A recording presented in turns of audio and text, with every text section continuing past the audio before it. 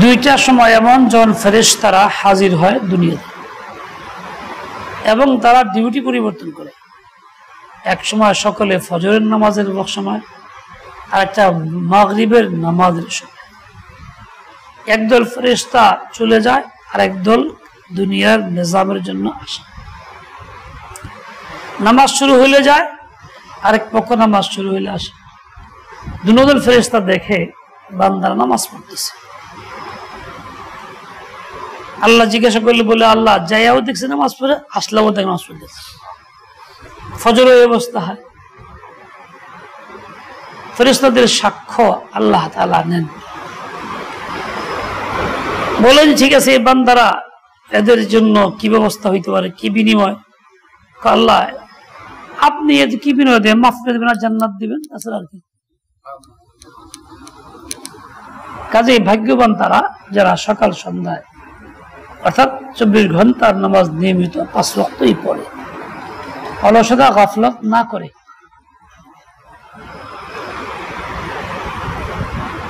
মাগরিবের নামাজ 3 রাকাত, এশা 4 রাকাত। এভাবেই আল্লাহ তাআলা দিয়েছেন, এটাই তরিকা। নবী আকরাম সাল্লাল্লাহু আলাইহি ওয়াসাল্লাম পড়ছেন। কেউ যেমন আমি একটু কম করি কিংবা একটু বাড়ায় আচার করে ফেলাই সুন্দর হইব, তাহলে সে ভুল করবে। তার মতামত দিয়ে সে চলার চেষ্টা করবে, এটা আল্লাহর হুকুম না, শরীয়ত না। আল্লাহর হুকুম যেমন তেমনটা মানাই হইল বান্দার কাম, ওইটা মানাই হইল ইবাদত। নিজের থেকে বানাইয়া কিছু করার নাম কি না? ইবাদত না। সবাই খেয়াল করি কথার দিকে।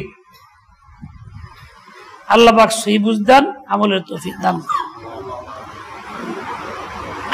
কাজেই মাগরিবের নামাজ তিনি থাকবে, তিনি পড়বো, এখনো পরেও কেউ পর্যন্ত নারী পুরুষ সবার লিগে নিজের থেকে বেশ কম করার সুযোগ কারো জন্যই নাই। আল্লাহ এর মধ্যে সন্তুষ্ট। বেতের নামাজ 3 রাকাত, এর মধ্যে আল্লাহ সন্তুষ্ট।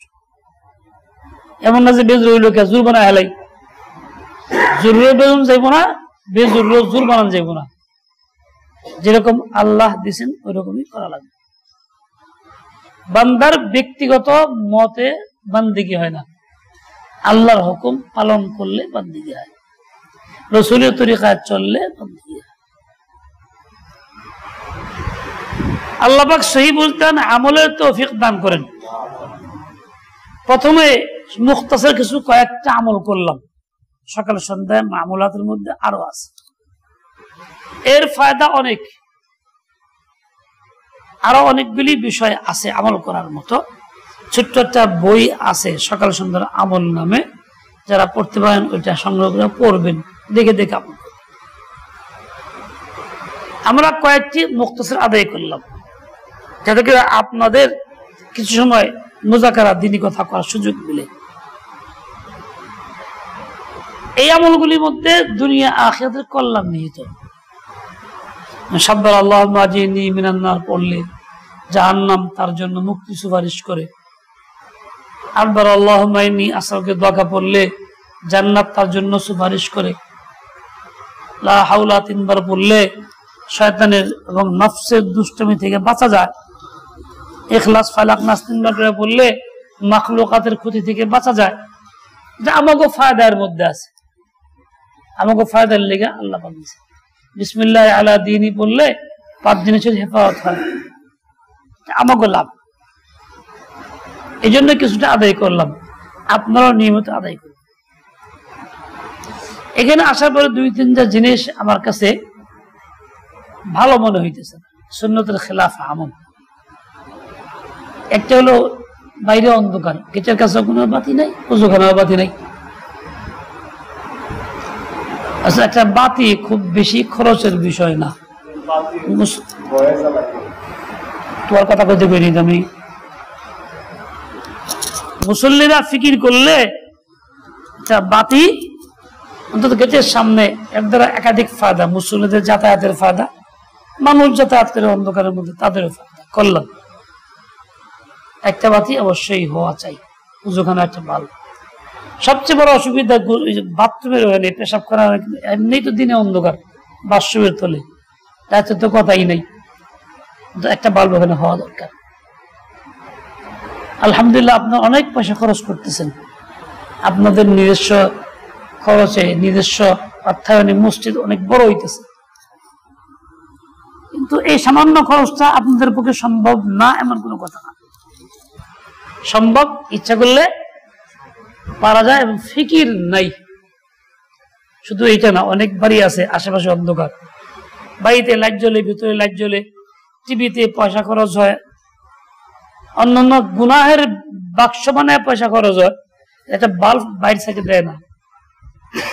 বাল্ব বাইরে সাইডে থাকলে কি হবে? ঘরে পিছনে থাকলে রাস্তায় মানুষ চলাচল করবে, রাস্তায় পাড়া যাদের বাড়ি আছে মনে করেন, প্রত্যেক বাড়িতে একটা বাল্ব যদি বাড়ির পিছনে দিয়ে রাখতো, তাহলে এই রাস্তাটার মতো সরকারি বাতি লাগেনি, আবার মানুষ নিশ্চিন্তে আরামে নিরাপদে চলাফেরা করতে পারত। যার নাম ইকরামুল মুসলিমিন, মুসলমানদের কল্যাণ করা। আমরা এতটাই বখিল, সামনে দিয়া খরচ অনেক বেশি করি, পিছ দিয়ে খরচ করতে গেলে বিপদে লাগে, না জানি কি কত হাজার টাকা খরচ হয়ে যাবে। যদি মুসলমান হয়ে থাকি আর নবীর তরিকা পছন্দ করে থাকি, তাহলে যেন ওই বাড়ি, রাস্তার বাড়ি যারা বাড়ি আছে তারা যেন একটা বাল্ব দিয়ে দিই রাস্তার সাইডে, এটা আপনার জন্য নিরাপত্তা, চলাফেরা যারা করবেন পথিক তাদের জন্য কি নিরাপত্তা। সাপ বিচ্ছু ইত্যাদি, গর্ত টর্ত থাকে, পানি থাকে, দেখা যায় না, ক্ষতি হইতে পারে, এমনটা হলো না। বা রাস্তার পারে বাড়ি না, যেখানেই বাড়ি আছে মানে বাইরের লোকজন চলাফেরা করে, পাশে দিয়ে চলাফেরা করে, বাতি দিয়ে দিলাম, অন্য খরচ কমাইলাম। এটা তো মানুষের সেবা, উপকার, কল্যাণের জন্য করলাম, নবীর তরিকা এটা। এইটুক মানসিকতা না হইলে তো আমার দ্বারা আর কি আশা করা যায়? আল্লাহ কাছে কি পাইতে পারি? এর চেয়ে কঠিন সওয়াল তো হবে, মিয়া আমি অসুস্থ ছিলাম, চিকিৎসা কেউ নেই, আমার না খায়া ছিলাম, খাওয়া নাই, আল্লাহ এই যাবার কেমন কথা, না খায়া থাকলেন কেমনে? আমার গরিব বান্দা না খায়া ছিল, তারা খাওয়া নেই, এরকম কঠিন প্রশ্ন তো হবে, তখন বাঁচবো কেমনে? সামান্য কার্য করতে না পারি। অনেকে একটু হাত খরচ করে, কেউ বিড়ি খায়, কেউ সিগারেট খায়, কেউ পান খায়, তাতে কিন্তু দিনে কারো 100 টাকাও খরচ হয়, কারো কম বেশি হয়। একজন বলছে 500 টাকা তার দিলি খরচ হয়। আচ্ছা, একটা বাল্ব জ্বালালে 1 মাস কি 100 টাকা খরচ হইব? কথা কন না কেন? তাহলে খুব সামান্য, বেশি তো না, কিন্তু মন সংকীর্ণ হয়ে আসে। জনকল্যাণের কাজ যেহেতু সব বেশি পাওয়া যাবে যে কাজে, ওই কাজ মন ছোট হয়ে আসে। এজন্য যারা আছি এই কাজটা করব। দ্বিতীয় কথা হলো এই, নামাজ পড়তে দেখলাম একজনকে সাজদার মধ্যে গিয়ে আত্মা এরকম বিছাইয়া সাজদা দিচ্ছে, করে থেকে এটা বিছানো তরিকা হলো কোন থেকে পৃথক থাকবে, উঁচা, শুধু এইটা লাগা থাকবে মাঝে মধ্যে হাত। আমি দেখলাম সচক্ষে একজন, নাম না বলি, এটা নামাজ পড়তেছে, তাহলে সে সহি তরিকায় নামাজ পড়তেছে না, সুন্নত তরিকায় নামাজ পড়তেছে না, তার নামাজ শিক্ষা হয় নাই। এই জন্য ওই নামাজটা শিখা সুন্নত তরিকায় পড়তে হবে। কেমনে শিখবো? একা একা বাংলা বই দেখেন না, ইমাম সাহেবকে বলতে হবে আমার নামাজটা হয় নাকি দেখেন, শিখাইয়া দেন, সেভাবে পড়তে হবে। আল্লাহ পাক সেই বুঝ দেন, আমলের তৌফিক দান করে। এরকম ভাবে আমাদের জীবনের ছোটখাটো অনেক ভুল আছে, আকীদা বিশ্বাস সব ভুলে ভরা। এই ভুলগুলি থেকে মুক্ত হওয়া, এগুলি সংশোধন করার নাম ইসলাহ। ভুল নিয়ে থাকলাম, ওই নিয়ে চলে গেলাম, সংশোধন হইল না, তো আল্লাহর কাছে জবাব দিতে পারবো না, কঠিন বিপদ হবে, যে বিপদ থেকে রক্ষা আর মিলবে না, আশা করা যায় না। দুনিয়ার বিপদে সাহায্য মিলে। গত সরকারের পদত্যাগী প্রধানমন্ত্রী দেশে ভয়ে জায়গা পায়নি, বিদেশ গিয়ে আশ্রয় মিলছে এক জায়গাতে, জেনে আছে তো কিন্তু দুনিয়ার থেকে চলে গেলে কবরে বিপদে পড়লে সাহায্য মিলবো নাকি? যে বলে আজাম করে, তখন কি ইন্ডিয়া পাওয়া যাবো, আমেরিকা পাওয়া যাবো? দুনিয়ার থেকে পলায় গেলে কোথাও না কোথাও জায়গা পাওয়া যাবো, বন্ধু বান্ধব পাওয়া যাবো, আত্মীয় স্বজন পাওয়া যাবো, নাই পাওয়া গেল একজন আন্তরিক মানুষ পাওয়া যাইব যে আমাকে সাহায্য করবে। কিন্তু এই জগৎ থেকে চলে গেলে কেউ সাহায্য করবে না। যেমন দুনিয়াতে থাকা অবস্থায় সরকারের বিভিন্ন পর্যায়ে জুলুম, নির্যাতন, শোষণ সবকিছু হয়েছে, মানুষ একদম দম বন্ধ আছিল, মুখ দিয়ে কথা কয়ে পারে না, কথা পেলেই এই বাধা সেই বাধা, রাত্রে ঘুম উঠাই নিয়ে গেছে, গায়েব হয়ে গেছে। আর সংবাদ দেখলাম যেগুলি প্রকাশ পাইছে এমন 600 লোক গেলে গুমি হয়েছে, যার কোনো আজ পর্যন্ত কোনো সন্ধান দিল নাই। আর কত যে মারা হয়েছে খবরই নেই। পুলিশ নিজে বক্তব্য দিতেছে, এসআই মাসুম বক্তব্য দিচ্ছে কেমনে মারছে, কোথায় কোথায় সব কইতেছে।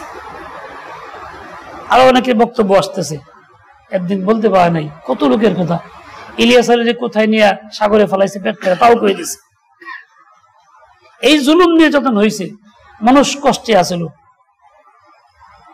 এখন জনগণের রাগ হইতে শেষ পর্যন্ত এমন হয়েছে, জনগণের রাগের মুখে তাকে দেশ ত্যাগ করতে হয়েছে, পলাইতে হয়েছে।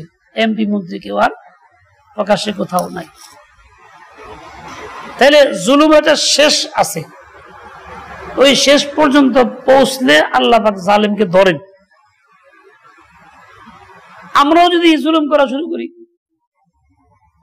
এই বেটা পাশের বাড়ি জুলুম করি, অমুকের মাথায় বাড়ি দিই, অমুকের ক্ষতি বাড়ি করে দেই, অমুকের গরু ছাই লয়ে জায়গা, অমুকের বিল্ডিং ভাঙ্গিয়া চুরা করি, তাহলে আমরাও তো জালেমের ভূমিকায় গেলাম। তা আমাকেও তো একটা শেষ আছে, আমাকেও তো একটা কঠিন শাস্তি পরিণতি আসবে, যেটা কাম্য না। ইসলাম কত সুন্দর, আর ইসলাম যেখানে নাই সেখানে কত অশান্তি গজব। সারা বিশ্ব তাক লাগছে।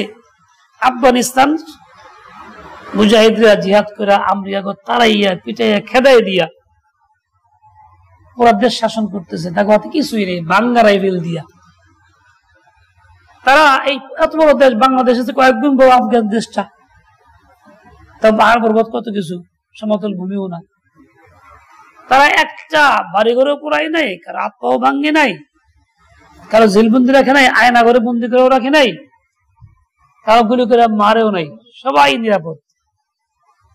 তারা নিজস্ব চেষ্টা চলতেছে, উৎপাদন করতেছে, নিজস্ব অর্থায়নের রাস্তাঘাট বানাইতেছে, তারা উন্নতি করতেছে, এমনকি তাদের টাকার দাম অনেক বাড়ছে, ধনী দেশের চেয়েও আগে যেতেছে।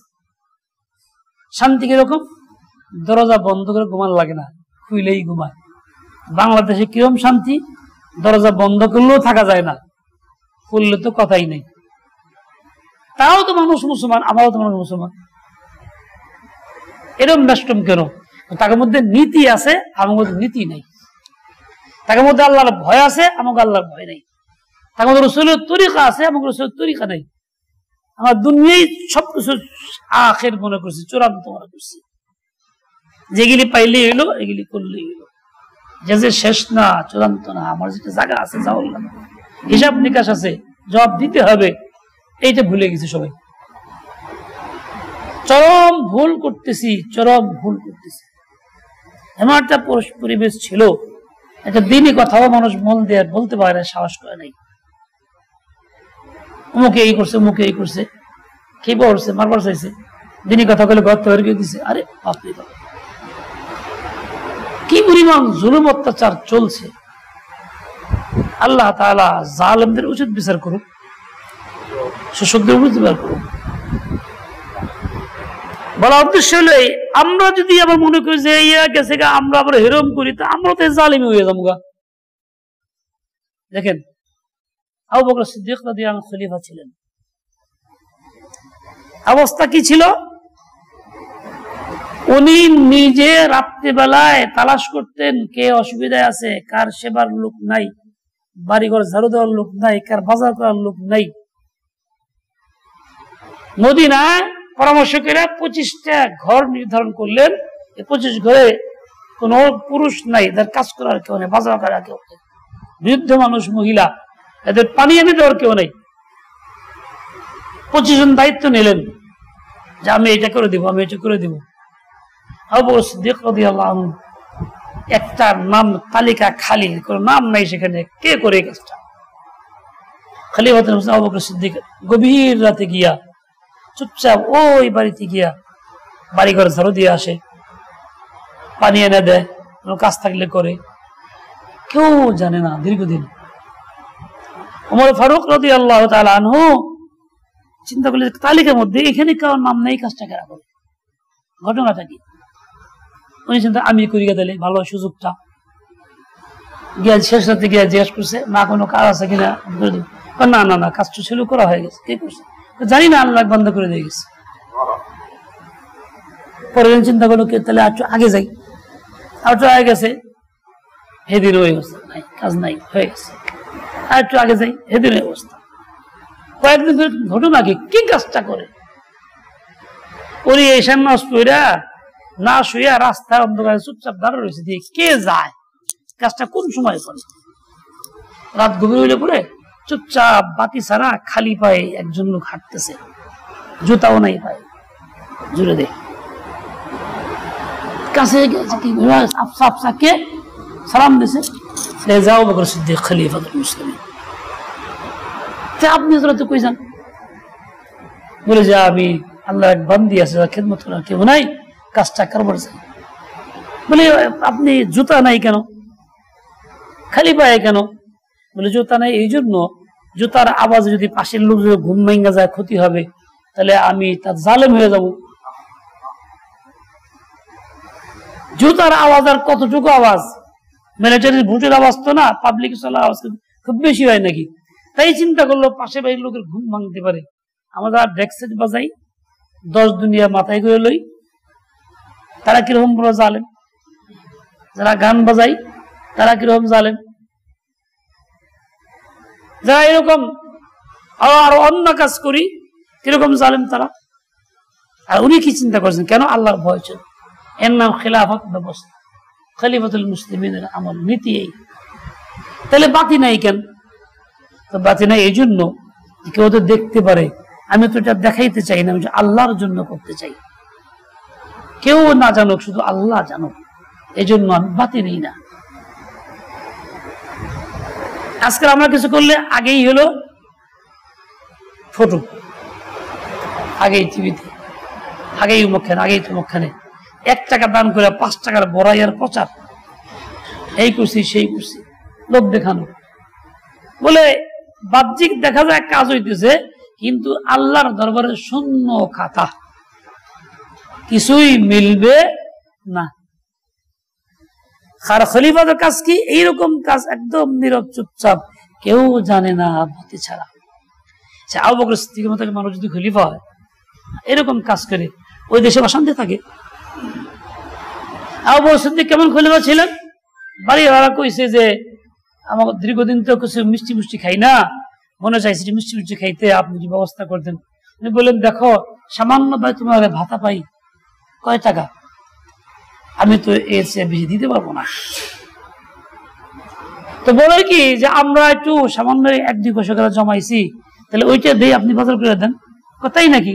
তাহলে ওইটা দাও, ওটা জমা দিয়ে দিই, কারণ আমার সংসারে লাগে না, বোঝা গেল সংসারে লাগে না, নাহলে তো জমাই রাখেন না। আর আমাকে বিদায়ী পলায়নকারী প্রধানমন্ত্রীর ছেলের ভাতা ছিল বিদেশে বসে বসে 1,60,00,000 টাকা প্রতি মাসে। দেশের সম্পদ হরণ করেছে কিভাবে? কাজ কি? কাজ হলো ফাও। বিশ্বের কোথাও কোনো ধনী দেশেরও কোনো উপদেষ্টার বেতন এত নাই। এরকম শোষণ করলে দেশ আর উন্নত হয় কেমনি? ভালো থাকে, জনগণ আরামে থাকবে কেমনি? হকদারের হক পাইব কেমনি? কিন্তু উনি বলছে কি কয়টা পয়সা পাচ্ছে, তাহলে দাও, তাহলে এটা আমার লাগে না, তাহলে বেতন বেশি হয়, এটাও ফেরত দিয়ে দিই। এইরকম যদি আবু বকরের মতো মানুষ যদি হয়, তাহলে সেই দেশে কি মারামারি থাকে, অশান্তি থাকে, কিলাকিলি থাকে, থাকে কিছু থাকতে পারে। ওমর ফারুকের মতো মানুষ যে বলছেন যে যে নদীর সমুদ্র নদীর ফরাত নদীর পারে যদি একটু কুত্তাও মারা যায় না খেয়ে, সেজন্য আমি ওমর দায়ী হবো, আল্লাহ কাছে জবাব দিব।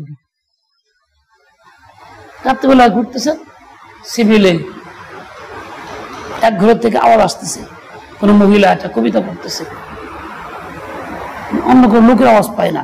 কবিতার দ্বারা বোঝা যায় প্রেমের কবিতা, হয়তো সাথে কেউ আছে, কোন অন্যায় কাজে লিপ্ত আছে কিনা। উনি হঠাৎ ঢুকছেন, ঘরে কেউ নাই, এক মহিলা আছে। কে? খলিফাতুল মুসলিমিন ওমর। মহিলা বলতেছে, আপনি কেন অনুমতি ছাড়া ঢুকছেন? অন্যায় করছেন 1 নম্বর, যেটা আপনি সালাম দিয়ে ঢোকেন না, একটা অন্যায় করছেন। 3 নম্বর, আমি একজন মহিলা, মাহরাম নাই, কেন আপনি ঢুকলেন?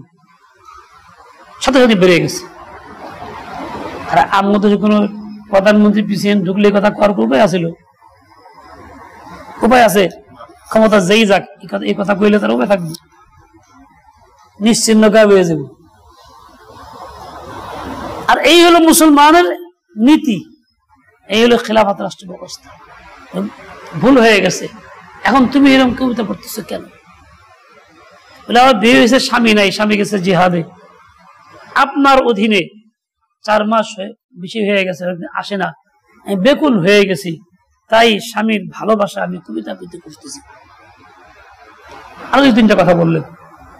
উনি বাসায় গেলেন, জিজ্ঞেস করলেন বিবিকে, তার মেয়ে রসুল আকদাসের বিবি, তার মেয়ে হাফসাকে বললেন যে পুরুষ মানুষ না থাকলে মেয়ে মানুষ কতদিন শুয়ে থাকতে পারে? ওনারা বললেন 4 মাস। সারা দেশে আইন করলেন, কোন সেনাবাহিনীর কোন সদস্য 4 মাসের বেশি বাইরে থাকতে পারবে না, 4 মাসের ভিতরে তাকে ছুটি দিতে হবে। কি শান্তি! বাংলাদেশের আইনও সেনা সদস্য ছুটি 2 বছরে, 1 মাস ছুটি। শান্তি কোথায়? মোট কথা, আল্লাহর নবীর তরিকা খেলাফত রাষ্ট্র ব্যবস্থা না থাকলে শান্তি। দল যত বড়ই হোক, কয়েকদিন পরে আবার হেই শোষক, হেই শাসক, হেই চাঁদাবাজি, একদল বিদায় হয়েছে, একদল গিয়ে দল করে, এই যে চলতেছে। এতে কখনো শান্তি আসতে পারে না। মারামারির দ্বারাও না, ভাঙচুরের দ্বারাও না, কাটাকাটির দ্বারাও না। আমাদের কর্তব্য হলো মিলাঝিলা শান্তিপূর্ণ অবস্থান, সহাবস্থান করা, সকলের সুবিধা এবং কল্যাণের খেয়াল রাখা, কারো কোনো ক্ষতির মধ্যে না, আমার দ্বারা ক্ষতি না হোক, এভাবেই চলা। পারলে উপকার, না ক্ষতি তো নেই। দ্বিতীয় হলো এইটা যে আমরা এমন চিন্তা করি, দল তো কতই দেখলাম, খালি জুলুম সেতামি চয়, তাহলে এমন কিছু লোককে সংসদে পাঠাই যে লোকগুলি আল্লাহরে ভয় করে, তাহলে কমাস কম অন্যায় অত্যাচার না হয়, হকটা পাইতে পারি। সারা দেশ যদি চিন্তা করে ওইভাবে লোকদেরকে বাঁচাকে, নেককারদেরকে, আল্লাহওয়ালা ভয়কারী যায় তাদেরকে পাঠিয়ে দেয়, যাদের এই ভয় থাকবে যে কুত্তা মারলো দোষ আমার, হ্যাঁ চুরি করবো কোন থেকে, এটা আদি করবো কি? সকল মুসলমানের কর্তব্য হলো সুখ শান্তি পাইতে হইলে এভাবেই করতে হবে, এবং এই কাজটা করা ফরজ। আর না হলে মজলুম মজলুম হইতেই থাকবে, জালেম জালেম হইতেই থাকবে, দেশের টাকা পয়সা বিলুপ্ত হইতেই থাকবে, চুরি চামারি হইতেই থাকবে। বাংলাদেশের ব্যাংকের বোর্ড থেকে চুরি হয়ে গেছে, স্বর্ণ উধাও হয়ে গেছে, হিসাব পাই নাই। বিগত সরকারের সময় $900 কোটি একসুটে গায়েব হয়ে গেল, কত কিছু হইল। আর ইসলামী হুকুমত থাকলে, নীতি থাকলে, নেতা বদলার দরকার না, নীতি যদি থাকতো, আমি যদি নীতি বদলে ক্ষমা থাকতাম, তাহলে তো ভালো এমনি হইতো। বিদায়ী প্রধানমন্ত্রী কইছিল মোদিনা আমাদের দেশ চলবো, চলছে একদিনও? এমন ধোঁকা জনগণকে দিছে, মোদিনা আমাদের গুম করো, মারামারি করো, নিয়ে নেয় গায়েব করে দাও। কথায় কথায় আজকে দেখলাম দিছে যে শাপলা চত্বরে কিভাবে মারছে পুলিশ, কাছে বসাইয়া মারছে, গুলি করছে, 103-4টা ফায়ার করছে, একচুটি মায়ের গুলি করে পিটাইছে। বেশ কিছু ফটো দিচ্ছে আজকে, চলতি সমস্ত গুলি কিভাবে জুলুম করছে। তারা কি করতে গেছিল? ব্যাংক ডাকাতি করতে না লুট করতে? তারা নবীর তরিকায় একটা কথা কইতে গেছিল। এখন যেই ক্ষমতা আসুক, হেও কয়েকদিন পরে ওইরকমই পাল্লা বয়ে না থাকলে ওরকম জুলুম শাসন চলবে। এজন্য অতীতের কাছ থেকে তওবা করি, সবাই তওবা করে দিমাগ সহি করে সেই পথে চলি। সবাই ফিকির করে যে এলাকার মধ্যে সবচেয়ে ভালো ব্যক্তি, দিনদার এবং আল্লাহর ভয় কে কার আছে, তারে বাছাই করে চলো, তারে বাছাই। কমাস কম কিছু না হোক, জুলুম তো হলো না, চুরি তো হলো না, টুকটাক 10 টাকা এলো যেন আমার কম পায়, গরিব মানুষ কমাস কম পায়। এই ফিকির না করলে দুনিয়ার শান্তি আশা করা যায় না, দিনও পালন করা যাবে না। খুতবা বন্ধ হবে, এটা বন্ধ হবে, ওটা ওয়াজ মাহফিল বন্ধ হবে। বিগত সরকারের কত ওয়াজ মাহফিল বন্ধ ছিল, কত ভাবে বন্ধ হয়েছে, ওয়াজ মাহফিল করতে হয়নি। ওয়াজ মাহফিল করলে কি অসুবিধা, গায়ে জ্বালা ছিল, মুসলমান তেমন হইতে পারে না। এই জন্য সবাই তওবা করি অতীতের জিন্দগি থেকে, মানসিকতার পরিবর্তন করি, আল্লাহর ভয় রসুলের তরিকাকে আপন বানায় ফেলি। একটাই পথ, এছাড়া পথ। গরিব ধনী, ছোট বড়, শিক্ষিত অশিক্ষিত, মুসলিম অমুসলিম, সবার জন্য খেলাফত ব্যবস্থা এটা হলো আরামের জিনিস, শান্তির বস্তু। ধর্ম বর্ণ ভিন্ন মত সবার জন্য খেলাফত। বলি সবাই, ধর্ম বর্ণ ভিন্ন মত সবার জন্য খেলাফত। ওই দেশে হিন্দুরা ছিল না, খ্রিস্টানরা ছিল না, খেলাফত আমলে ওমর ফারুকের যুগে, কিন্তু তাদের জুলুম হয়েছে, তার বাড়ি ঘর মিস্ত্রি করে নিছে। এক সমান ছিল, মুসলমান যে অধিকার ছিল তার অধিকার ছিল। এই হলো ইসলাম, এই হলো খেলাফত রাষ্ট্র ব্যবস্থা। এমনকি কাফেরের বিনিময়ে মুসলমানকে জান দিতে হয়েছে, এমন অবস্থা হয়েছে। আশ্চর্য ছিল না কোন অবস্থাতে। খানায় কাবাতে তো একজন মানুষ তাওয়াফ করতেছিল, তাওয়াফ। আরেকজন খ্রিস্টান এক শাসক, সে ইসলাম গ্রহণ করে আসছে, কিন্তু তার চেয়েও তাওয়াফ করতেছিল। তার চাদরটা একটু বড় ছিল, মাঝেতে পড়ছে। একজন গরিব মুসলমান, সে তাওয়াফ করার সময় তার চাদরে পা লাগছে, টান লাগছে। এত ছিল খ্রিস্টান, আগে শাসক রাষ্ট্র প্রধান ছিল, ওই মেজাজ তার রয়েছে, দিছে এক থাপ্পড় লাগায়, মাত্র আইছে। ওমর ফারুকের কাছে বিচার আসলো, উনি বললেন যে কোনো ছাড় নাই। কত লোক সুপারিশ করছে, না উনি মাত্র মুসলমান হয়েছে, উনি শাস্ত্র ব্যবস্থা ছিল, ইজ্জত সম্মান আছে, বল না কোনো ছাড় নেই। একজন গরিব আর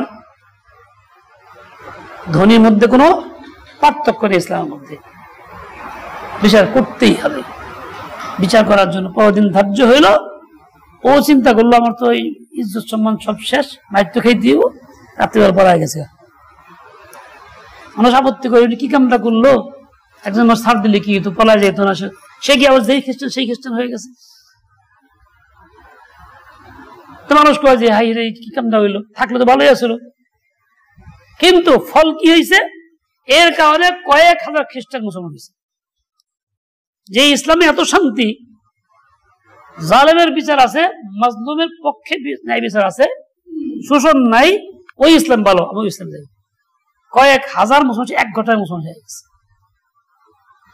আমরা গেলি এখন বইয়ের পাতায় রাখছি, আর ওয়াজ মাহফিলে রাখছি, ব্রেনে রাখি নাই, দিমাগে রাখি নাই, কলবে রাখি নাই, বড় ভুলের মধ্যে আছি। কি নিয়ে করে যেতেছি, দিন তো শেষ হয়ে যেতেছে।